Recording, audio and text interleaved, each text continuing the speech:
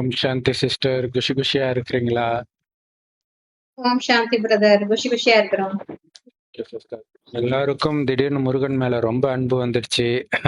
ஆளாளுக்கு முருகன் படத்தை எடுக்கிறத பாக்குறோம். கடவுளே இல்லைன்னு சொல்றவங்கலாம் முருகன் படத்தை எடுக்கிறாங்க. அதுக்கு காரணம் வந்து முருகன் கடவுள் இல்லைன்னு அவங்க நினைக்கிறாங்க. அதை நிரூபிக்கிறதுக்காக அவங்க எடுத்துட்டு வராங்க. ஆனா இதுல என்னன்னா, முருகன் கடவுள் இல்லைன்ட்டு இங்க சிலர் படம் எடுக்கிறாங்க. முருகன் கடவுள், ஆனா அவர் வடநாட்டுல பிறந்தாருன்னு சிலர் கடவுள் படம் எடுக்கிறாங்க. அவர் கடவுள் தான், ஆனா அவர் இங்கத்துக்காரர்னு சிலர் படம் எடுக்கிறாங்க. ஆனா உண்மை என்னன்னா, இது இல்லாம இன்னும் ஒரு சிலர் வந்து, அது வந்து ராஜா, ஒரு காலத்துல வாழ்ந்த ராஜா அவரு. அவர் ஏன் ஆண்டி கோலத்துல காட்டுறாங்கன்னா, துறவியாகவும் இருந்தாரு. ஜனகரை சொல்லுவாங்க இல்லையா, சீதையுடைய அப்பா வந்து ராஜாவாகவும் இருந்தாரு, ஒரு துறவியாகவும் இருந்தாருன்னுவாங்க இல்லையா, அந்த மாதிரி அவர் இருந்தாரு. அதனால அவர் அப்படி காட்டுறாங்க அப்படின்னு சொல்றாங்க. இன்னும் ஒரு சிலர் வந்து, அவர் மனுஷன்தான், ராஜாவா இருந்தாரு, ஆனால் இறைவனுடைய, அதாவது சிவனுடைய ஞானத்தை உள்வாங்கிக்கிட்டாரு. உள்வாங்கி அவர் கடவுள் நிலையை அடைந்தார் அப்படின்னு சொல்றாங்க. இப்ப இதுல எது உண்மைன்னா, எல்லாமே உண்மை. அதுதான் இங்க பெரிய விஷயமே. எல்லாரும் என்ன நினைச்சுக்கிறாங்க, இது தப்புன்னு சொல்றதுக்காக இன்னொரு கருத்தை சொல்றாங்க. ஆனா இது எல்லாமே உண்மைன்றதுதான் இதோடைய ஸ்பெஷாலிட்டி. அதே மாதிரி நிறைய கதைகள் இருக்கும். சில கதைகள் வந்து ஹிந்தியில இருக்காது, சில கதைகள் தமிழ்ல இருக்காது, சில கதைகள் தெலுங்குல இருக்காது, வேற வேற மாதிரி வரும். ஆனா எல்லாமே உண்மையா இருக்கும், எல்லாத்துலயுமே ரகசியம் இருக்கும். அந்த மாதிரி இதுல வந்து எல்லாமே உண்மை. எப்படி உண்மை அப்படின்னா, பழனி மலையில தான் இது ஃபேமஸ்ன்னு நினைக்கிறேன். ஆண்டி வேஷத்துல ஒரு டைம் அலங்காரம் இருக்கும், ஒரு டைம்ல ராஜ அலங்காரம் இருக்கும். அப்ப பழனி மலையில கோவணத்துல ஆண்டியா நின்னாருன்ட்டு கமல் நக்கல் பண்ணி ஒரு பாட்டு கூட பாடியிருப்பார். ஆனா அவர் அரசனாவும் அங்க நிக்கிறாருன்றத அவரு மென்ஷன் பண்ணல.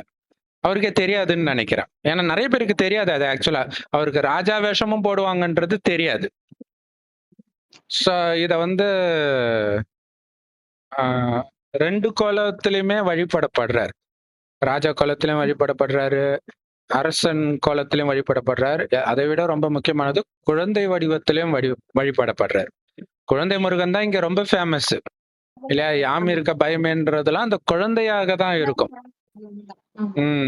அப்ப இது எப்படி வருதுன்னா, கடவுளுக்கு அவர் குழந்தையா இருக்கிறாரு அப்படின்னு அர்த்தம். உண்மையிலே சின்ன குழந்தைன்னு அர்த்தம் கிடையாது. கடவுளுக்கு, சிவபெருமானுக்கு குழந்தையா இருக்கிறாரு. அப்புறம் அந்த மாம்பழம் கதை எல்லாமே உண்மைதான். அப்ப இது, ஆனா இது எப்ப உண்மைன்றது ஒண்ணு இருக்குது. முருகன் அப்படிங்கிறது வந்து அந்த கதைப்படியே ஒருத்தர் கிடையாது. இந்த கதைப்படியே 6 பேர் காட்டுவாங்க இல்லையா? அடுத்தது 6 பேரை ஒன்னா சேர்த்து ஆறுமுகம் அப்படின்னு சொல்லிட்டாங்க. அப்படின்னா என்ன அர்த்தம்? நிறைய பேர் இருக்கிறாங்க. ஆனா எப்ப இருக்கிறாங்க அப்படிங்கிறத புரிஞ்சுக்கணும். இப்ப ஒரு பையன் இருக்கிறான், ராமுன்னு ஒருத்தர் இருக்கிறான்னு வச்சுக்கோங்களேன். அவங்க அப்பா பேர் வந்து ராஜேஷ்ன்னு வச்சுக்கோங்க. இந்த ராமு எப்ப பிறந்திருப்பான்? ராஜேஷ் காலத்துலதான் பிறக்க முடியும். ராஜேஷ் இல்லாம ராமு வர முடியாது இல்லையா? அப்ப முருகன் வந்து இந்த பூமியில தான் வாழ்ந்தாருன்றாங்க, அது உண்மை. அது எல்லாருமே ஏத்துக்கிறாங்க இல்லையா? அவங்க இங்க பிறக்கட்டும் அங்க பிறக்கட்டும், ஆனா இந்த பூமியில வாழ்ந்தார். சரி, கரெக்ட். பூமியில பிறந்தார், அதுவும் கரெக்ட். ஆனா சிவனுக்கு பிறந்தார் அப்படின்னா சிவன் எப்ப இருந்தார்? அப்ப சிவனுடைய காலம்தான் முருகனுடைய காலமாக இருக்க முடியும் இல்லையா? அப்ப சிவனையே விட்டுட்டு நீங்க வந்து முருகனுடைய காலத்தை கணிக்கணும், எப்படி கணிக்க முடியும்? முருகன் இருந்த இடத்தை கணிக்கணும்னா எப்படி கணிக்க முடியும்? ஏன்னா சிவனை பற்றிய ஞானம் இல்லாதவர்கள் முருகனை பற்றி பேசவே கூடாது. ஏன்னா இவங்க சிவனே அது ஒரு சக்தின்றாங்க. அப்ப எப்படி முருகன் ஒருத்தர் இருக்க முடியும்? ஏன்னா முருகன் ஒரு மனுஷன், ஆனா சிவன்றது ஒரு தத்துவம்னா எப்படி? தத்துவத்துக்கு எப்படி ஒரு மனுஷன் பிறக்க முடியும் இல்லையா? அப்ப சிவன் யாரு? அவருக்கும் முருகனுக்கும் எப்படி அது, அதாவது உடல், ஏன்னா சிவனை நம்ம லிங்கமா வச்சு வழிபடுறோம், அது ரொம்ப முக்கியமான விஷயம். ஆனா முருகனை மனுஷனா வழிபடுறோம், பார்வதியும் மனுஷனா வழிபடுறோம், ஆனா சிவனுடைய மனைவி உருவத்தோட தான் வழிபடுறோம். ஆ இல்ல சிவனுடைய மனைவிக்கு உடம்பு இருக்கு. சிவனுடைய குழந்தைக்கு உடம்பு இருக்கு. ஆனா சிவனுக்கு உடம்பு கிடையாது. ஆனா அவர தான் இருக்கிறதுலே உயர்ந்த கடவுள்ன்னு சொல்றோம். அப்ப அது அது என்ன அப்படி? அப்ப அந்த மனித உடல் இல்லாதனால இவங்க இஷ்டத்துக்கு என்னென்னமோ புரோட்டான், எலக்ட்ரான் என்னென்னமோ கதை சொல்லிட்டு இருக்கிறாங்க. எங்கும் நிறைந்தவர் சூனியமாக இருக்கிறாரு. சூனியத்திலிருந்து ராஜ்யத்தை ஆள்கிறார். அப்படி இப்படின்னு சொல்றாங்க. காரணம் அவர பத்தி தெரியாததுனால. யாருக்குமே தெரியாதுன்னு கன்ஃபார்மா தெரிஞ்சு போச்சு. அதனால அவங்க இஷ்டத்துக்கு ஏதேதோ சொல்லிட்டு இருக்கிறாங்க. அப்ப அவரை பற்றி உண்மையான உண்மையை அவரே வந்து சொன்னாதான் உண்டு. அப்ப அவரே வந்த நேரத்தில் தான் முருகன் பிறக்க முடியும். அப்படின்னாலே அவர் வந்திருக்கிறாருன்றது கன்ஃபார்ம் ஆயிருக்குது. இன்னொன்னு அவர் வந்ததுடைய நினைவா தான் சிவராத்திரி கொண்டாடுறாங்க. சிவ ஜெயந்தினே வடநாட்டுல சொல்லுவாங்க அத. அப்படின்னா என்ன அர்த்தம்? சிவனுடைய பிறந்த நாள். ஆனா சிவன் எந்த அப்பா அம்மாவுக்கும் பிறந்ததாக எந்த புராண கதையும் கிடையாது. அவர் எப்பவுமே இருக்கிற மாதிரி தான் காட்டுவாங்க. அதனாலதான் சதா சிவம்னே சொல்றோம். சதா முருகன் சொல்லல, சதா பிள்ளையார் சொல்லல, சதா கிருஷ்ணர் கூட சொல்லல. அப்ப இறைவன் மட்டும்தான் எப்பவுமே இருக்கிறவர். அப்ப எப்பவுமே இருக்கக்கூடிய ஒரு கடவுள் எந்த காலகட்டத்துல பூமிக்கு வராரோ அப்பதான் முருகன் பிறந்திருக்க முடியும். இல்ல கடவுளுடைய குழந்தை பிறந்திருக்க முடியும். அந்த கடவுளுடைய குழந்தையா தான் இயேசுவையும் சொல்றாங்க, பிள்ளையாரையும் சொல்றாங்க. அப்ப எப்ப அவரு வந்திருப்பாரு? கடவுள் எப்ப வந்திருப்பாரு? புராணம் என்ன சொல்லுது? அப்படின்னா, பார்வதி தேவி பிரளய காலத்துல இந்த பிரளயத்திலிருந்து மனித இனத்தையும் உலகத்தையும் காப்பாத்துறதுக்காக தவம் செஞ்சாங்க. அதுதான் சிவராத்திரின்னு சொல்லுவாங்க. இல்லையா? அப்ப எதுக்கு தவம் செய்றாங்க? சிவன் அதை தடுக்கணும். அப்ப தடுக்கணும்னா அவர் வந்தாகணும். வந்தா தானே தடுக்க முடியும். அப்ப எப்ப பிரளய காலம் வருதோ அப்பதான் சிவன் வராருன்னு அர்த்தம். அப்ப பிரளய காலம் வந்து 4 யுகங்கள் சொல்றாங்க இந்து மதத்துல. சத்யுகம் வந்து பொன்னான யுகம். கடவுள்களே வாழ்ந்த யுகம்னு சொல்றாங்க. சோ கண்டிப்பா அங்க பிரளயம் நடக்காது. இல்லையா? திரேதா யுகமும் அப்படிதான். துவாபர யுகம் கிருஷ்ணர் வாழ்ந்ததா இவங்க சொல்றாங்க. ஆனா ஒரிஜினலா கிருஷ்ணர் வாழ்ந்த யுகம் கிடையாது. பட் இருந்தாலும் அப்படி சொல்றாங்க. சோ அப்ப அங்கேயும் பிரளயம் கிடையாது. ஏன்னா பிரளயம் எப்ப வரும்னா, உலகழிவு எப்ப வரும்னா, அநீதி உலகத்தில் பெருக்கெடுத்து ஓடும்போது தான் உலகழிவு நடக்கும். பைபிள்ல அப்படிதான் இருக்கும். நோவா காலத்துல ஒரு தடவை அழிக்கும் பொழுது உலகத்துல ரொம்ப பாவம் இருக்குது, அதனால அழிக்கிறார். அப்ப பாவம் எங்க அதிகமாக இருக்கும்? களி முத்திருச்சுன்னுவாங்க. என்ன ஒரு பிரச்சனை நடந்தாலும் களி முத்திருச்சு அப்படித்தான் நடக்கும். அப்ப பாவத்திற்குன்னு இருக்கக்கூடிய ஒரு யுகம் கலியுகம். முருகனுக்கும் கலியுக வரதனைன்னு தான் சொல்றாங்க. இல்லையா? அப்ப கலியுகத்துலதான் முருகன் பிறக்கிறாருன்னா கலியுகத்துலதான் சிவனும் வரார். அந்த சிவன் தான் கடவுள் அப்படிங்கிறது தெரியாததுனால என்ன பண்ணிட்டாங்க? கீதையை கிருஷ்ணர் சொன்னதாக எழுதிட்டாங்க. ஆனா கிருஷ்ணர் சொல்லல. ஏன்னா கிருஷ்ணரை கடவுளா நினைக்கிறதுக்கு காரணமே கீதை தான். கீதையை சொன்னது மட்டும் கிருஷ்ணர் இல்லைன்னா கிருஷ்ணருக்கு எந்த மகிமையும் கிடையாது. ஏன்னா அவங்க சொன்ன மகிமையெல்லாம் பொண்ணுங்களுடைய ட்ரெஸ்ஸை எடுத்தது, சூழ்ச்சி பண்ணது, சூழ்ச்சி பண்ணி சண்டை போட்டது, இப்படிதான் காட்டியிருக்காங்க. இது கடவுளுக்குரிய குணம் கிடையாதே. அந்த கீதா உபதேசம் தான் அவரை கடவுளாக்கிச்சு. ஆனா அந்த கீதா உபதேசத்தை யார் சொன்னாருன்னும் பொழுதுதான் உண்மையான கடவுள் யாருன்னு தெரியும். இன்னொன்னு கீதா உபதேசம் வந்து கடவுளால சொல்லப்பட்டதுன்றதை எல்லா மதத்தினருமே ஏத்துக்குவாங்க. அதுல உள்ள விஷயங்கள் அப்படி இருக்கும். இல்ல பற்றை விடு, என் ஒருவனை மட்டும் நினைவு செய்யன்றதை எந்த மதமும் மறுக்காதே. கடவுளுடைய மகா வாக்கியம் எந்த மதமும் மறுக்காது. இந்த நடந்ததோ விஷயங்கள். நன்றாகவே நடக்கிறதும் ஒவ்வொரு அதர்மங்கள் தலை தூக்கும் போது அனைத்து அதர்மங்களையும் அழித்து ஒரு தர்மத்தை நிலைநாட்டுவேன் அப்படிங்கறத மெயின் பாயிண்ட். நான் வருவேன் அப்படின்னு நிலைநாட்ட சொல்றேன். நான் வருவேன்னு. அப்ப எப்ப அதர்மம் தலை தூக்கும்? ஏன்னா கடவுள் வந்துட்டாருன்னா அடுத்தது அங்க அதர்மமே இருக்கக்கூடாது. ஆனா இவங்க என்ன நினைச்சிட்டாங்க? கிருஷ்ணர் துவாபர யுகத்துல வந்ததா சொல்லிட்டாங்க. அப்ப துவாபர யுகத்துல கிருஷ்ணர் வந்திருந்தா அவர் தான் கடவுளாவே வச்சுக்குவோம். வந்தாருப்பா, அதர்மத்தை அழிச்சிட்டாருப்பா. அப்ப சத்யுகம் இல்ல வரணும். ஏன் கலியுகம் வருது? ஏன்னா அதர்மமே இல்லாத யுகம் சத்யுகம். யாரை பார்த்தாலும் கையெடுத்து கும்பிட மாதிரி இருக்கக்கூடிய குணம் கொண்டவர்கள் சத்யுகத்துல இருக்கிறாங்க. திரேதா யுகத்திலயும் இருப்பாங்க. பட் சத்யுகம் தான் ரொம்ப டாப். அப்ப 30 முக்கோடி வளர்ந்தது அந்த சத்தியுகம் தான். அப்ப ஆஹ் எங்க அதர்மம் கிடையாது. அப்ப அப்ப அந்த கிருஷ்ணர் காலம் முடிஞ்ச உடனே நல்லா ஆரம்பிச்சிருக்கணுமே. ஆஹ் பகவான் கடைசியில வர பாக்குறேன்னு உடனேவே அப்ப சத்தியுகம் ஆரம்பிச்சிருக்கணும். ஆனா சத்தியுகம்ல கலியுகம்ல வரும். வந்தது. அப்ப இத ம். பார்த்தா எப்படி இருக்குன்னா, கீதா உபதேசம் கேட்டு இவங்க இன்னும் கெட்டு போயிட்டாங்கன்னு ஆயிடுச்சு. ஏன்னா வர்றது கலியுகம் இல்லையா? சோ அப்ப இதுல இருந்து கீதா உபதேசத்தை உண்மையான கீதா உபதேசம் அதுல இருக்கிற விஷயம் வந்து யுத்த மைதானத்துல சொன்ன மாதிரி போட்டாங்க. பட் உண்மையான கீதையோடைய நினைவா தான் அதுவும் வந்து இருக்குது. எப்படி கோயில்ல இருக்கிறவங்க வந்து ஒரிஜினலா இருந்தவங்களுடைய நினைவாக அங்க சிலைகள் இருக்குது. ஆனா யாருன்னு அவங்களுக்கு தெரியாது. அதே மாதிரி ஒரிஜினல் கீதையுடைய நினைவாக இந்த கீதை இருக்கு. ஒரிஜினல் கீதை என்னன்னு இவங்களுக்கு தெரியாது. அதை யார் சொன்னா, எப்ப வந்து சொன்னாங்கன்னு தெரியாது. ஆனா கடவுள் சொன்னாருன்னு மட்டும் தெரியும். பகவான் மகா வாக்கியம்னு இருக்கும். பகவான் வாட்ச் அதே பகவான் மாதிரி வாட்ச்னே வரும். அதே மாதிரி ஒரு மகாபாரத போர் ஒரிஜினல் எப்ப நடக்குது அது வந்து நிழல் தான். மகாபாரதம்னு எழுதுனதே அந்த நிழல் தான். உண்மையான மகாபாரத போர் எப்ப நடக்குது, இப்ப நடக்க அது போகுது. அது அது ஒரு முக்கியமான விஷயம். மகாபாரத போர் காலத்தில் தான் கீதா உபதேசம் சொல்லப்படுதுன்றது ஒரு ஒரு சூப்பரான க்ளூ. எப்ப இது நடந்திருக்கும்? அப்ப கீதா உபதேசம் ஏன்னா மகாபாரத யுத்தம் வந்து உலக அழிவுக்கான யுத்தம். ஏன்னா அந்த யுத்தத்துல யாருமே இருக்க மாட்டாங்க பாண்டவர்களை தவிர. எல்லாரும் காலி. பாண்டவ வம்சமும் காலி ஆயிடும். பாண்டவர்கள் மட்டும்தான் இருப்பாங்க. அப்ப அதுதான் உலக விநாசம். அப்ப அந்த உலக விநாசம் எப்ப நடக்குதோ அந்த நேரத்தில் ஆனா அந்த விநாசத்துக்கு முன்னாடி கீதா உபதேசம் நடக்குது. அதாவது அந்த பதற்றமான சூழ்நிலையில் அது நடக்குது. இப்பதான் அந்த பதற்றமான சூழ்நிலையை நாம பாக்குறோம் இல்லையா? ட்ரம்ப் மிரட்டிக்கிட்டே இருக்காரு, அணுகுண்டு போட்டுருவேன், போட்டா நாங்க விட்டுருவோமா?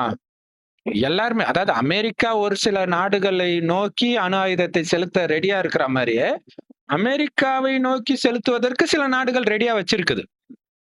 அங்க ஆன் பண்ணிட்டு அடுத்த செகண்ட் இங்க ஆன் பண்ணிடுவாங்க. அதனாலதான் அவர் போடாம இருக்கிறார். ஆனா கண்டிப்பா ஒரு நாள் போட்டுருவாங்க.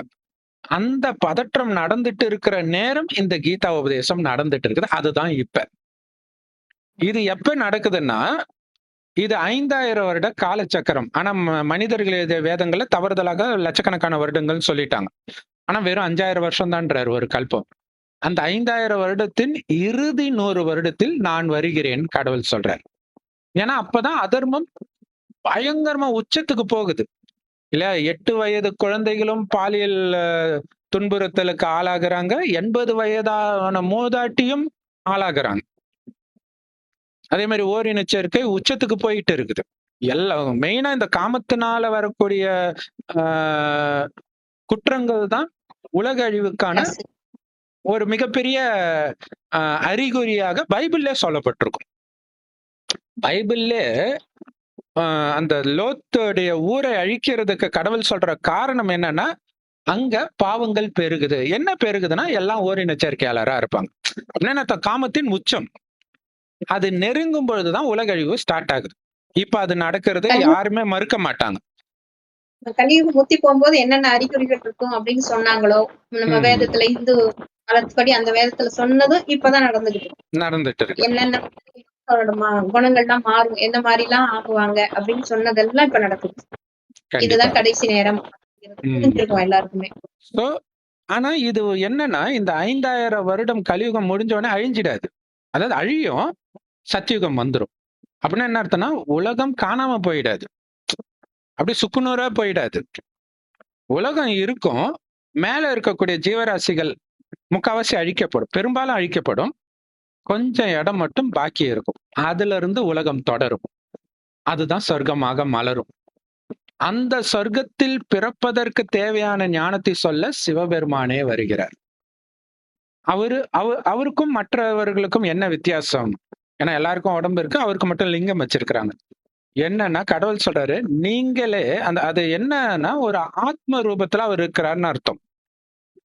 நம்ம ஆத்மா பூர்வ மத்தியில நட்சத்திரம் மாதிரி இருக்குது. அதுதான் நீங்க. உடம்பு நீங்க கிடையாது. இது தற்காலிகமா உங்களுக்கு கொடுக்கப்பட்ட ஒரு ஒரு எந்திரம். நீங்க நினைச்ச மாதிரி பண்ணலாம். இந்த எந்திரம் பழுதாயிடுச்சுன்னா இன்னொரு எந்திரம் உங்களுக்கு கொடுக்கப்படும். அதான் மறுபிறவி. ஆனா கடவுள் தனக்கென்று சொந்த எந்திரத்தை எடுப்பது கிடையாது. அவருக்குன்னு உடம்பே கிடையாது சொந்தமாக. அதனாலதான் லிங்க ரூபம். அதனாலதான் அந்த யுத்தத்திலும் பாருங்க, கிருஷ்ணராக காட்டினது உண்மையில் சிவனை. அது கிருஷ்ணர் அந்த ரதமாக காட்டினது உடலை குறிக்குது, அர்ஜுனனுடைய உடல். அப்ப அதுல அர்ஜுனனுடைய ஆத்மாவும் கிருஷ்ணருடைய ஆத்மாவும் ஒரு உடல்ல இருக்குதுன்னு அர்த்தம். அந்த ரதம் வந்து உடலை குறிக்குது. அப்படி சிவன் ஒரு வயோதிகர் உடல்ல வரார். அந்த வயோதிகருக்கு பிரம்மான்னு பேர் வைக்கிறார். இந்த பிரம்மா தான் ஆரம்பத்தில், அதாவது சத்தியுகத்தின் தொடக்கத்தில் நாராயணனாக இருந்தவர், அல்லது கிருஷ்ணர்னும் சொல்லலாம். இவங்க சொல்ற மாதிரி துவாபரயுகத்துல கிருஷ்ணர் பிறக்கல, ஏன்னா அது நரகம். பரிசுத்தமான ஆத்மா எதுக்கு நரகத்துல பிறக்கணும்? ஆனா அதுக்காக சத்தியுகத்துல கீதை சொல்லல. அந்த நேரம் கிருஷ்ணருக்கு இந்த ஞானமே தெரியாது. அப்ப இந்த ஞானம் எப்ப சிவன் வந்து சொல்றாரோ அப்ப ஒரு ஆத்மா கேட்டு கிருஷ்ணராக அடுத்த ஜென்மத்துல பிறக்குது. அதனாலதான் கிருஷ்ணரை குழந்தையா காட்டுறாங்க இல்லையா? சிவனுடைய குழந்தை, இயேசுவையும் குழந்தையா தான் காட்டுறாங்க, முருகனையும் குழந்தையா தான் காட்டுறாங்க. குழந்தை கடவுள் இல்ல. கிருஷ்ணரோட ஆத்மாவோட கடைசி பிறவியில தான் சிவபெருமான் இறங்கி சொல்றாரு. அதனாலதான் கிருஷ்ணரே சொல்லிட்டாருன்னு சொல்லிட்டாங்க மகாபாரத கதையில. வியாசர் அப்படி கதையில எழுதிட்டாரு. கரெக்ட். கிருஷ்ணருடைய ஆத்மாவுடைய கடைசி ஜென்மத்துல, கடைசி காலகட்டத்துல அந்த வயோதிகர் தாத்தான்றோம் இல்லையா, அவர் உடம்புல சிவன் வராரு இல்லையா, அது உண்மையிலே கிருஷ்ணருடைய ஆத்மாவுடைய கடைசி உடம்பு. அவருக்கு சிவன் பிரம்மான் பேர் வைக்கிறார். அதுதான் விஷ்ணுவோடைய தொப்புல இருந்து பிரம்மா வெளிப்படுறதா காட்டி இருக்கிறாங்க. அதோடைய அர்த்தம் என்னன்னா ஒரே ஆத்மான்னு அர்த்தம். ஆனா வெவ்வேறு காலகட்டம். முதல்ல இருக்கும்போது கிருஷ்ணர், கடைசி நேரத்துல, அதனாலதான் தாத்தாவை காட்டுறாங்க வயோதிக நிலை. ஆத்மாவுடைய வயோதிக நிலை, உடலுடைய நிலை கிடையாது. அப்ப சிவன் வந்து இந்த ஞானத்தை கொடுக்கிறார். அப்ப பிரம்மா வழியாக வயசானவரா தான் காட்டுவாங்க. ஒரு வெள்ளை தாடி வச்சுக்கிட்டு ஒரு வயசானவர், அந்த வயசான கோலத்துல ஒரு மனுஷன் மாதிரிதான் காட்டுவாங்க பிரம்மாவை. ஆனா விஷ்ணுவை வந்து ஒரு தெய்வீக கோலத்துல காட்டுவாங்க. அப்ப ரெண்டுக்குமே டிஃபரன்ஸ் தெரியுது. அந்த வயசானவங்க பிரம்மா, மனுஷரா இருந்த ஒரு பிரஜாபிதா பிரம்மா அப்படின்னு பிரஜைகளின் தந்தைன்னு அர்த்தம். பிரஜைகள்னா நாம தான், மக்கள் பிரஜைகள். இன்னொரு விஷயம் என்னன்னா, பிரம்மாவை தவிர வேற எந்த இந்து தெய்வங்களுக்கும் தாடி மீசையெல்லாம் இருக்காது. ஏன்னா சொர்க்கத்துல தாடி மீசையெல்லாம் முளைக்காது. அது மனிதனுக்கு வக்கர புத்தி வரும் பொழுது இவன் இப்படியே விட்டா இன்னும் காமத்திலே மூழ்கி இருப்பான், இவனை அசிங்கப்படுத்தணும்ன்றதுக்காக வந்ததுதான் தாடி மீசையெல்லாம். அது கடைசியில. ஆனா இன்னைக்கு அந்த கிருஷ்ணரா நடிக்கிறவங்க அவங்களுமே, ஆனா அவங்க தாடி வச்சிருக்கிறாங்களே. இதுல ஆதி புருஷ்ல மீசையோ தாடியோ இருக்கும்னு நினைக்கிறேன் ராமருக்கு. அது இப்ப அப்படி காட்டுறாங்க. முதல்ல அந்த என்டிஆர் வந்து நாராயணா நடிப்பார், கிருஷ்ணா நடிப்பார். அப்ப பார்த்தா அந்த அழகா அந்த கிருஷ்ணர் படத்துல எப்படி இருப்பாரு அந்த மாதிரிதான் இருப்பாரு. மீசை தாடி எல்லாம் இருக்காது. சீரியல்லுமே மீசை தாடி எல்லாம் வச்சு எடுக்கிறது கிடையாது. சரி, நாராயணனா இருந்தாலும் சரி, எந்த தெய்வத்துக்குமே மீசை தாடி எல்லாம் காமிக்க மாட்டாங்க. கரெக்ட். சரி, இப்ப இந்த ஞானத்தை கேட்கிற எல்லோரும் கடவுளுடைய குழந்தைகள். ஆனா கடவுளுக்கு இப்ப 2 விதமான குழந்தைகள் ஆகுறாங்க. எப்பவுமே ஸ்கூல்ல நல்லா படிக்கிற குழந்தை, நல்லா படிக்காத குழந்தைன்னு இருக்கும் இல்லையா? சோ அப்படி எடுத்த உடனே கடவுளை கண்டுபிடிச்சு அப்படியே கடவுளே கதின்னு இருக்கிறவங்க பிள்ளையார் இல்லையா? முதல்ல சிவனை சந்திச்ச உடனே பிள்ளையார் வந்து சரண்டர் ஆயிடுறாரு. அதனாலதான் அவருடைய கழுத்து வெட்டப்படுறதாக அது ஒரு கற்பனை கதை. ஆனா அங்க இருக்கிற மெசேஜ் என்னன்னா, உடனடியாக சிவனுடைய ஞானத்தை உள்வாங்கி சிவன மாதிரி அவரும் சாந்த சொருபியா மாறிட்டார். பிள்ளையார்னாலே சாந்த சொருபி. சாந்த சொருபியா இருந்தா தடையே வராது. அதனாலதான் எந்த விஷயம் செஞ்சாலும் பிள்ளையார் சொல்லி போட்டு தொடங்குறாங்க, தடை வரக்கூடாதுன்ட்டு. ஆனா முருகனை பொறுத்த வரைக்கும் பிறந்து வளர்ந்து அவர் அந்த லௌகிக அம்மாவை விட்டு வரமாட்டார் இல்லையா? பார்வதி தேவி கூப்பிடும் போது வரமாட்டார். அப்புறம் வளர்ந்து பெருசான பிறகுதான் அவர் வருவார். அப்ப இறைவனுடைய ஞானம் கிடைச்சிடுச்சு. அதனாலதான் ஆத்மாவா அவரு சிவன் நெத்தியில இருந்து பிறக்கிறதா தோன்றாங்க. ஞானம் கிடைச்சிருச்சு. ஆனா ஏதோ ஒரு பற்று அவரை பிடிச்சி உலகில் வாழ்க்கையில சுத்த விடுது. அதனாலதான் அவர் மயில் வாகனத்துல சுத்தினாரு உலகத்தை. அப்படின்னு அர்த்தம், உலகியல் விஷயத்திலே மாட்டிக்கிட்டு இருக்கிறாருன்னு அர்த்தம். அதுதான் ஒரு வள்ளியை துரத்தி லவ் பண்ணாரு. இந்த மாதிரி சாதாரண மனிதர்கள் பண்ற விஷயம் எல்லாம் பண்றதா காட்டுறாங்க. ஆனா கடைசியில இந்த ஞானம் புரிந்து தனக்குள்ள இருக்கக்கூடிய அசுர குணத்தை அவர் அழிக்கிறார் ஞானம்ங்கிற வேல் கொண்டு. அப்படின்னு காட்டுறாங்க. இது எல்லாருக்கும் பொருந்தும். தனிப்பட்ட ஒரு மனுஷன் கிடையாது. எடுத்த உடனே நீங்க பக்காவாகுறீங்களா, லேட் ஆகுறீங்களா, அதை பொறுத்து நீங்க பிள்ளையாரா இருக்கலாம், முருகனா இருக்கலாம். 2 விதமான குழந்தைகள், அவ்வளவுதான். அப்ப இதுல என்னன்னா, இவங்க வந்து சொன்னாங்க இல்லையா, ஆண்டியா, சொர்க்கத்தில் நாம தேவதைகளாக இருந்தோம். நாராயணன் மட்டும் இல்ல, எல்லாரும் தான் தேவதைகளாக இருந்தோம். அப்படி இருந்த நாம மறுஜன்மம் எடுக்க எடுக்க கொஞ்சம் கொஞ்சமா அந்த அழகு, ஆரோக்கியம் எல்லாமே குறைஞ்சுக்கிட்டே வரும். செல்வம் எல்லாமே. கடைசியில ஆல்மோஸ்ட் எல்லாமே காலி. கொரோனால 2 மாசம் வேலை இல்லைன்ன உடனே நிறைய பேர் பிச்சை எடுக்கிற நிலைமைக்கு வந்துட்டாங்க. தவறான காரியங்கள்லாம் ஈடுபட ஆரம்பிச்சுட்டாங்க பெண்களே. சோ அப்ப அந்த மாதிரி நிலைமைக்கு நம்ம வந்துட்டோம் இப்ப. அதான் ஆண்டின்றது. அனைத்தையும் இழந்த நமக்கு மீண்டும் அனைத்தையும் பெற்றுக் கொடுக்கக்கூடிய ஞானத்தை சிவபெருமான் கொடுக்கிறார். மறுபடியும் ராஜாவாக்குற ஞானத்தை சிவபெருமான் கொடுக்கிறார். அப்ப ஆண்டியா இருக்கிற நாமளும் கடவுள் கிடையாது. பிறகு நாராயணனா மாறுற நம்மளும் கடவுள் கிடையாது. நம்மள மாத்துற ஞானத்தை கொடுக்கிறார் பாருங்க ஒருத்தர். அமைதியா வந்து அவருதான் கடவுள். அவருதான் சிவபெருமான். சோ அப்ப ஆண்டியாக முருகன் இருந்தாருன்றது உண்மை. அரசனாக அவர் ஒரு காலத்துல ஆகிறாருன்றதும் உண்மை. ஆனா அவர் கடவுள் கிடையாது. கடவுளுடைய குழந்தை கடவுளுடைய ஞானத்தை மற்றவர்களுக்கு சொல்றார். அதுதான் ஞான உபதேசம், ஞான பண்டிதா அப்படின்னுவாங்க. சோ அந்த பண்டிதான்றது நம்ம பெருமையா நினைக்கிறோம். ஆனா கடவுள் சொல்றாரு, பண்டிதர்ன்றது ஹிந்தி பண்டிட்டு அதை சொல்லுவோம். என்னன்னா அவங்க படிப்பாங்க, படிச்சதை சொல்லுவாங்க. அதான் பண்டிதர். அவங்க ஃபாலோ பண்ண மாட்டாங்க இல்லையா, படிப்பாங்க சொல்லுவாங்க. அதான் பண்டிதருடைய வேலை. அந்த மாதிரி இந்த ஞானத்தை எடுக்கிறோம், மற்றவங்களுக்கு சொல்றோம், ஆனா ஃபாலோ பண்ணல. ஏன்னா இந்த ஞானத்துடைய சாரம் என்னன்னா, நீங்க ஆத்மான்னு உணர்ந்து சிவபரமாத்மா நினைவுல மூழ்கி அனைத்தையும் மறக்கணும். ஆனா முருகன் மறந்தாரா? வள்ளி பின்னாடி சுத்திட்டு இருந்தாரு, அம்மா மேல பற்று, ஒரு பழத்துக்காக அடிச்சுக்கிறாரு இல்லையா. சோ அப்ப அந்த பற்று விடல. ஆனா கடைசியில விடுறாரு. பண்டிதரா இருந்தவர் கடைசியில விடுறாரு. ஆனா பிள்ளையார் அப்படி பார்த்த மாத்திரத்துல தன்னை பலி கொடுக்கிறார். அதனாலதான் இந்தியாவில பெரும்பான்மையான மாநிலங்கள்ல பிள்ளையார தான் வணங்குறாங்க. தமிழ்நாட்டுல மட்டும்தான் முருகனை வணங்குறாங்க. ஆனா இங்கேயும் பிள்ளையார வணங்குறாங்க. இங்கேயும் பிள்ளையார் செவி போட்டுதான் ஆரம்பிக்கிறாங்க. பட் இங்க வந்து தமிழ் கடவுள் முருகன்ட்டு யாரோ நடுவுல ஏதோ ஒண்ணு பண்ணிட்டு போயிட்டாங்க இல்லையா. சோ அதனால அது அப்படியே இருக்குது, தமிழ் கடவுள் அப்படின்ட்டாங்க. அதுக்காக என்ன முருகன் அப்பவும் நீங்க பாத்தீங்கன்னா தமிழ் கடவுள் முருகன் சொன்னாலும் முருகனுக்கு பெரும்பான்மையான ஊர்கள்ல கோயில் இருக்காது.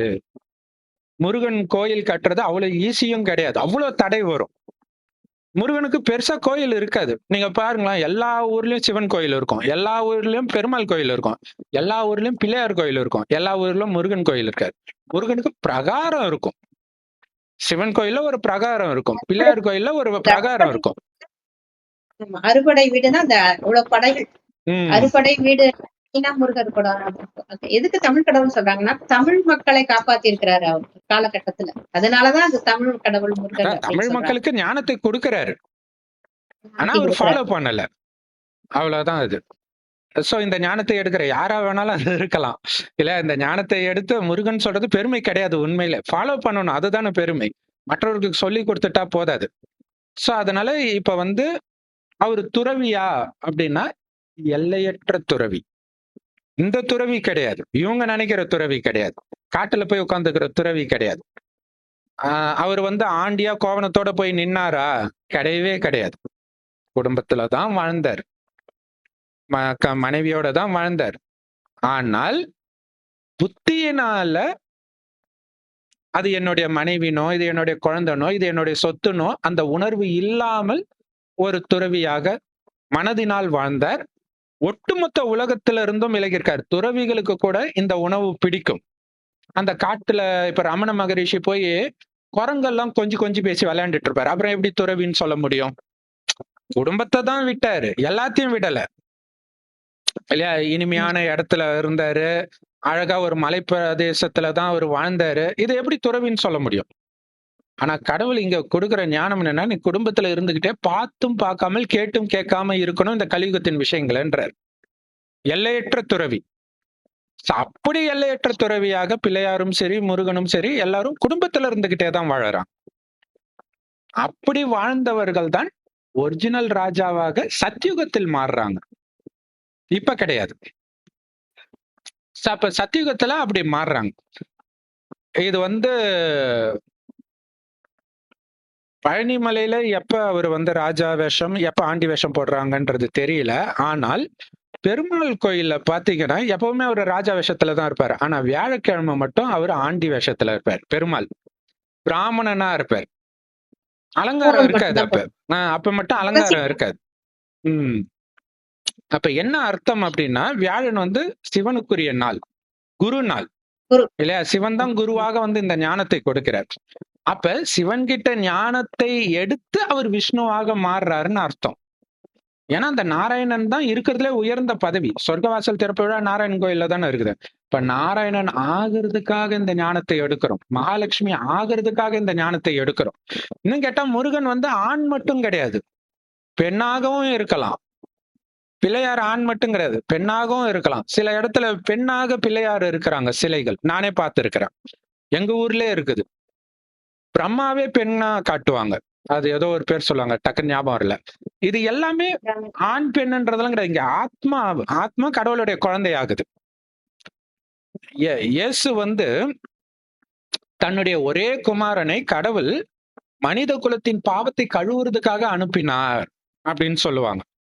அப்ப இந்த உலகத்துல 2 பேரு தான் இப்ப கலியுகத்துல, ஏமாத்துறவன் ஏமாறுறவன்.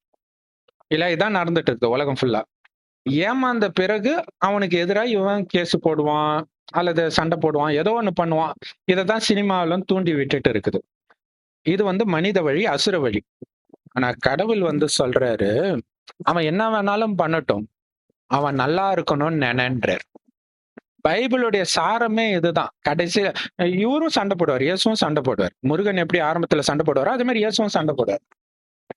ஆனா கடைசியில அவர் விலா எலும்புல குத்துனவனையே மன்னிச்சிடுங்க அப்படின்னு கடவுள் கிட்ட சொல்ற மாதிரி இருக்கும். அப்படி ஆக்குறது கடவுள். இயேசு கடவுள் கிடையாது. அப்படி இயேசு ஆக்குனாரு பாருங்க, அது ஒளிஞ்சு இருக்குது. அப்படி ஆக்குறாரு, இறைவன் கிட்ட அந்த ஞானத்தை எடுத்து அப்படி ஆகுறாரு. ஏன்னா கண்ணுக்கு கண் பல்லுக்கு பல்லுனா கடைசி வரைக்கும் போய்கிட்டே இருக்க வேண்டியது. அதனாலதான் உலகம் இப்படி ஆயிடுச்சு. அப்ப இறைவன் அவங்க அப்படிதான் இருக்கிறாங்க. ஆனா அவங்களும் என்னுடைய குழந்தைங்க தான். பாவம் அவங்க மேல கருணை பார்வை செலுத்தி அவங்களையும் நல்லவராக நீ மாத்துன்றார். உன்னால முடியும்ன்றார். ஏன்னா ஒவ்வொரு கல்பத்திலும் இறுதியில நீ அப்படி பண்ணன்றார். புதுசா எதுவும் பண்ணல, ஏற்கனவே நீ பண்ணதான் மறுபடியும் பண்றன்றார்.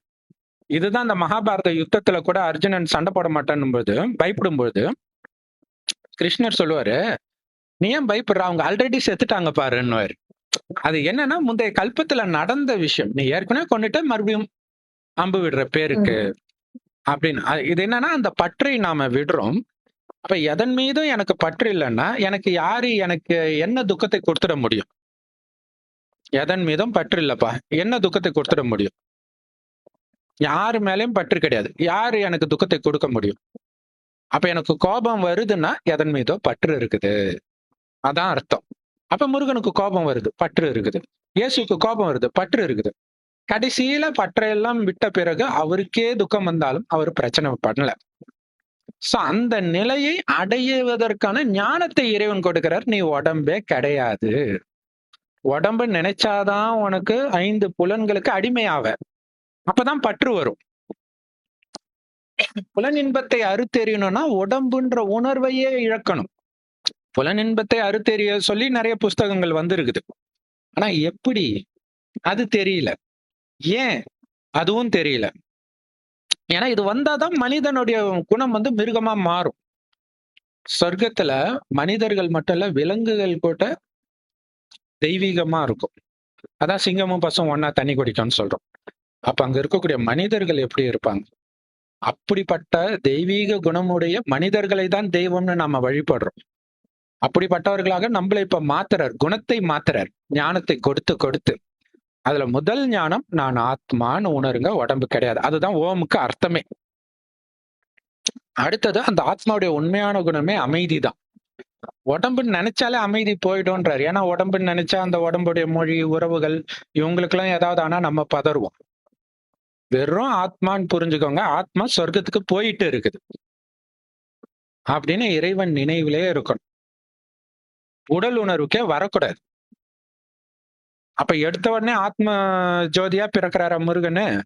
ஆனா என்ன ஆயிடுச்சு? குழந்தையா மாறிடுறாரு. அப்படின்னு அர்த்தம் உடல் உணர்வுக்கு வந்துடுறாரு. அதான் பிரச்சனை. அப்ப உடல் உணர்வுல இருக்கிற நாமள மீண்டும் ஆத்ம உணர்வுக்கு மாத்துறதுதான் இறைவனுடைய வேலை. அதான் பைபிள்ல கூட மாம்சமானவர்கள் அடிக்கடி வரும். கெட்ட வார்த்தை மாதிரி வரும். என்ன அர்த்தம்? உடல் உணர்வு. அதுல இருந்து வெளியில வாங்க, ஆத்ம உணர்வுக்கு வாங்க. அப்ப நானும் ஒரு ஜோதி, எதிர இருக்கிறவங்களும் ஒரு ஜோதி நினைக்கும் போது பணக்காரன் ஏழை வித்தியாசம் இருக்காது. ஹிந்து கிறிஸ்டின் வித்தியாசம் இருக்காது. ஆண் பெண் வித்தியாசம் இருக்காது. ஏழை பணக்காரன் வித்தியாசம் இருக்காது. குழந்தை பெரியவங்க வித்தியாசமும் இருக்காது. அந்த அன்பு மரியாதை அதுதான் இருக்கும். அப்படி மாத்துறாரு. அதுக்கு எப்பவுமே ஜோதியா இருக்கிற என்னை நினைவு செஞ்சு என்னுடைய குழந்தை நீங்கன்ற அந்த நினைவுல இருந்தாலே நீங்களும் ஆத்ம உணர்வுல தான் இருப்பீங்கன்ற. இதனாலதான் இந்து கோயில்கள்ல கற்பூரம் ஏத்துறது நான் ஆத்ம உணர்வுக்கு வருகிறேன், ஆத்ம ஜோதி ஏத்துறதுன்னு அர்த்தம். அப்படி வாழ்ந்ததுனாலதான் முருகருக்கு இப்ப தெய்வம்னு சொல்லிட்டு கலியுக வரதன் தெய்வம்னு சொல்றவங்க எல்லாமே அப்படியா தெய்வீக குணத்தோட வாழ்ந்தவங்க தான், ராஜாவா வாழ்ந்தவங்க தான். ஒரு காலத்துல ராஜாவா இருந்தவங்க கடைசியில ஆண்டியாக்கி மீண்டும் ராஜாவா ஆகுறாங்க. மகாபாரதம் கதை பாருங்க, அதானே. ராஜாவா இருந்தவங்கள காட்டுக்கு துரத்திட்டு ஆண்டி தான் மறுபடியும் ராஜ்யத்தை அடைய வைக்கிறாங்க. ராமாயண கதை அதான். மோசஸ் கதை அதான் இல்லையா? காட்டுக்கு போய் திரிஞ்சு மறுபடியும் பாலாறு தேனாறு ஓடக்கூடிய இடத்தை கொடுக்க. அது சொர்க்கத்தை குறிக்கிற விஷயம். நிஜத்தில் அப்படியே நடந்த விஷயம் கிடையாது. இப்ப நடந்துட்டு இருக்கிற விஷயம் ஆத்மாவின் விஷயம். இது ஒரு ஜென்மத்துல நடக்கிற விஷயம் இல்ல. கடைசி ஜென்மத்துல இறைவன் ஞானத்தை எடுத்து உடல் உணர்வை அழித்து ஆத்ம உணர்வில் நிலை பெறும்போது சொர்க்கத்தை அடையிறோம். இந்த உடம்புல இருக்கும் பொழுதே ஆத்ம உணர்வுக்கு வரணும். அதுக்காக சிவன் வந்திருக்கிறார். கடவுளை புடிங்கன்னு முருகன் சொன்னா, முருகன் எங்க நாட்டை சார்ந்தவர், உங்க நாட்டை சார்ந்தவர்ன்றது எப்படி இருக்குதுன்னா, இப்ப பிரம்மகுமாரில ரொம்ப ஃபேமஸா சிவானி தீதி இருக்கிறாங்க இல்ல. சோ சிவானி தீதியோடைய வேலை கடவுளை வெளிப்படுத்த வேண்டியது. கடவுள் இந்த ஞானத்தை கொடுக்கிறாருன்றது. அவங்க வேற விஷயத்த பேசினாலும் கூட பாசிட்டிவ் திங்கிங் பேசுறாங்க. ஏன்னா மக்களுக்கு அதான் பிடிக்குது, அதை பேசுறாங்க. ஆனாலும் ஒவ்வொரு தடவையும் அவங்க பேசி முடிச்ச உடனே பிரம்மகுமாரிகள் அப்படின்னு போட்டிருக்கோம். அப்ப பிரம்மகுமாரிகளுக்கு போங்க, அங்க இறைவன் ஞானத்தை கொடுக்கிறாருன்றதான் மெயின். அதை விட்டுட்டு அந்த சிவானி தீதி தமிழ்நாட்டை சார்ந்தவர் இல்ல, அவங்க பஞ்சாபை சார்ந்தவர் இல்ல, அவங்க டெல்லியை சார்ந்தவர், அதுவா முக்கியம்? முருகன் எங்க இருக்கிறாருன்றதா முக்கியம். அவர் என்ன சொன்னாருன்றதான முக்கியம். ஞான பண்டிதா அந்த ஞானத்தை பிடிங்கன்றதான் முக்கியம் இல்லையா? சோ அந்த ஞானம் என்ன? ஆத்மான்னு சிவ பரமாத்மாவையே நினைவு செஞ்சு அனைத்தையும் மறக்கணும். அப்பா அம்மா கணவன் மனைவி அனைத்தையும் மறக்கணும். ஆனா அவங்களுக்குரிய கடமை செய்யணும். அந்த உறவை மட்டும் மறக்கணும். அப்பதான் அந்த பற்று போகும். அது சகோதர ஆத்மா அவங்களுக்குரிய கடமை செய்யறோம். அதான் கடமை செய், பலனை எதிர்பாராதே. பலனை எப்ப எதிர்பார்ப்போம்? அந்த உறவுன்னு நினைச்சிட்டு பண்ணா பலனை எதிர்பார்ப்போம். அது சகோதராத்மா, அது எனக்கு நான் கடன் பட்டு இருக்கிறேன், அந்த கடனை அடைக்கிறேன், அவ்வளவுதான். இதுதான் பிரதிபலன் பாராத கடமைன்னு ஒரு சாப்டரே இருக்கும் கீதையில. இதெல்லாம் சிவன் சொல்றாரு, கிருஷ்ணர் சொல்லல. சோ அங்கேயே அதுதான் அங்க முக்கியமான ஆராய்ச்சி. முருகன் எங்க பிறந்தாருன்றது இல்ல, கீதை சொன்னது கிருஷ்ணரா சிவனான்றதுதான். அதை பற்றி யோசிக்கவே இல்லை.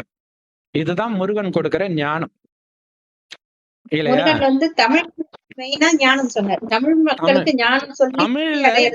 தமிழ்ல இந்த ஞானத்தை நாம சொல்றோம். இந்த மாதிரி நிறைய சகோதர சகோதரிகள் சொல்றாங்க. அத்தனை பேரும் முருகன் தான்.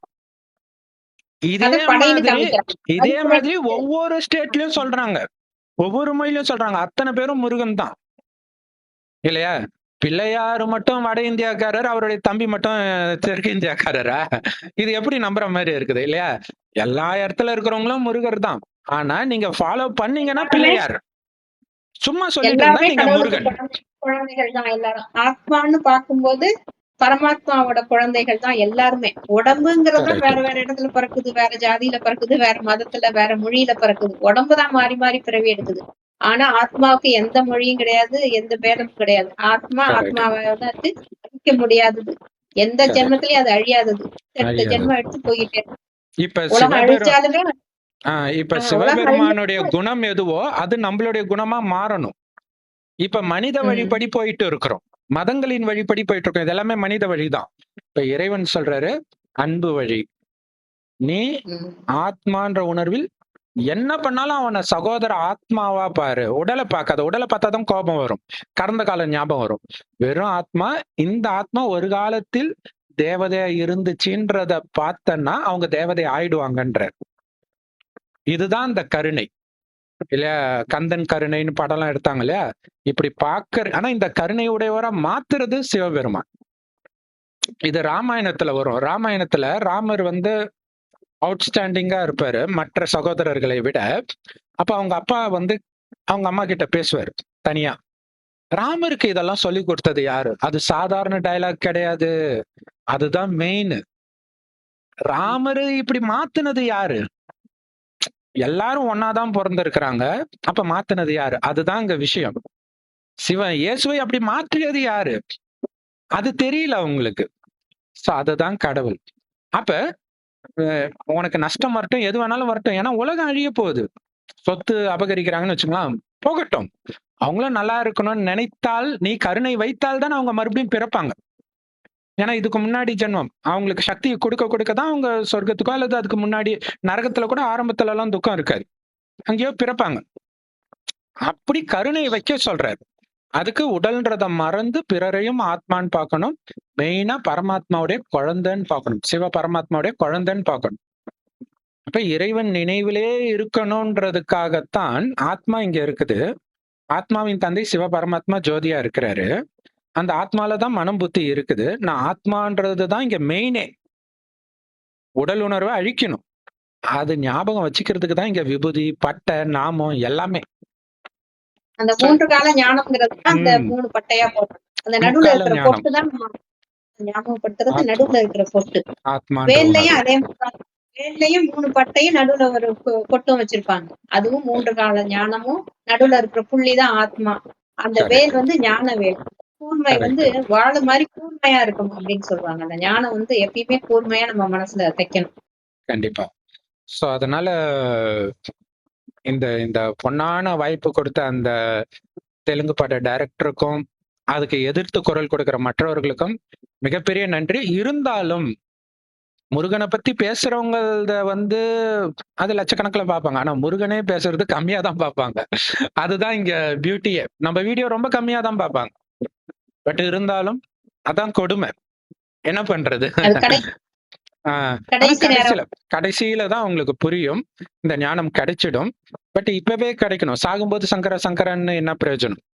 சோ இப்பவே ஞானத்தை எடுங்க, சொர்க்கத்துக்கு வாங்க. ஓம் சாந்தி.